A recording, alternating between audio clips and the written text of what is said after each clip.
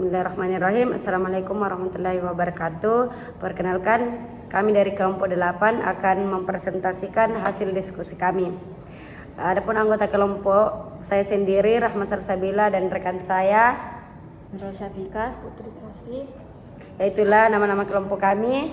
Baik, saya akan memaparkan artikel yang pertama, yaitu AI dan manajemen risiko untuk membangun keputusan. Adapun tujuannya yaitu jurnal ini bertujuan untuk mengidentifikasi dan menganalisis kontribusi artificial intelligence atau disebut dengan AI dalam mendukung pengambilan keputusan yang berkaitan dengan manajemen risiko. Adapun metodologi yaitu pendekatan sistematis dan terstruktur untuk mengidentifikasi, mengevaluasi, dan menginterpretasi seluruh penelitian yang relevan. Adapun kelebihan dari SLR yaitu menggunakan database terpercaya dan menjelaskan langkah-langkah seleksi literatur. Adapun yang ketiga adalah analisis literatur. Analisis literatur mengelompokkan temuan dalam beberapa tema terkait, termaksud peran AI dan prediksi risiko. Dan yang keempat adalah hasil dan diskusi. Hasil yang didapatkan dalam artikel ini adalah menunjukkan bahwa AI secara signifikan membantu dalam prediksi dan mitigasi risiko, terutama dalam bidang keuangan. Adapun kesimpulan dari artikel ini adalah AI merupakan alat penting dalam manajemen risiko modern untuk memaksimalkan manfaatnya. Intuisi harus memperhatikan kualitas data, regulasi, dan pelatihan SDM. Itu saja dari review jurnal pertama. Saya serahkan kepada rekan saya. Baik, saya akan membahas mengenai jurnal Sistem Manajemen Risiko melalui aplikasi Simako pada PT Perkebunan Nusantara. Yang pertama ada tujuan dari penelitian. Jadi penelitian ini itu bertujuan untuk menganalisis sistem manajemen risiko yang sedang berjalan menggunakan aplikasi Simako di PT Perkebunan Nusantara.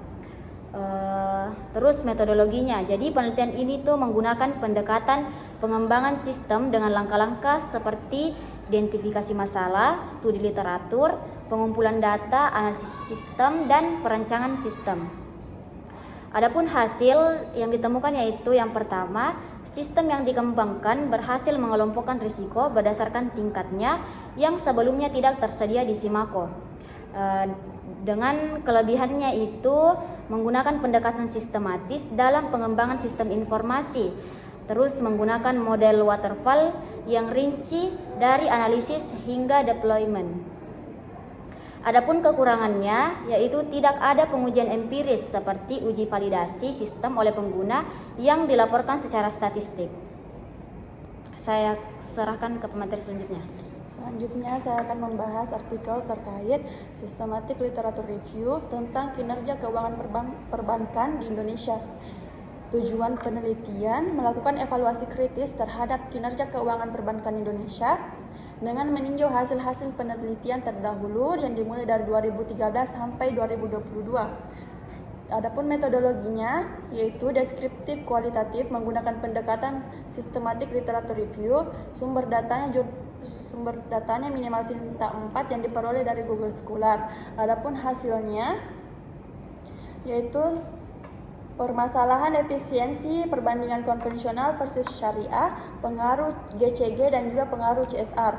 Kelebihannya menggunakan pendekatan SLR yang terstruktur dengan PICOC dan quality assessment, dan juga menyentuh isu-isu seperti perbedaan sistem konvensional versus syariah dan metode evaluasi. Kekurangannya, pembahasan tren hanya terbatas pada kuantitas jurnal per tahun, belum dikembangkan ke arah evaluasi tematik yang mendalam.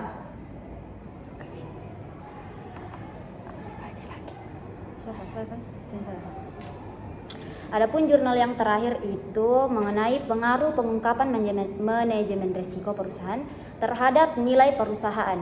Jadi dari penelitian ini tuh bertujuan untuk memahami lebih dalam bagaimana enterprise risk management disclosure atau mengaruhi nilai perusahaan.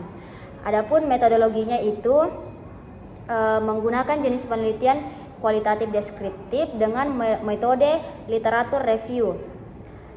Hasilnya yaitu dari jurnal ini memiliki pengaruh positif dan signifikan terhadap nilai perusahaan. Pengungkapan resiko menjadi sinyal positif bagi investor terkait transparansi dan kredibilitas perusahaan. Adapun kelebihannya itu praktis, yaitu dapat dijadikan panduan bagi perusahaan dalam menyusun strategi pengungkapan resiko. Kekurangannya ialah review tidak mengelompokkan temuan berdasarkan sektor industri, jenis resiko, atau model pengukuran nilai perusahaan secara detail. Baik, itulah tadi materi dari kelompok kami serahkan ke moderator.